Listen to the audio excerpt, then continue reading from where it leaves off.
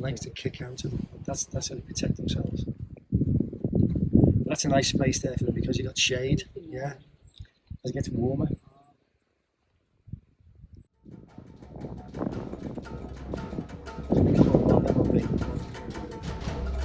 If this is your family, use the word family.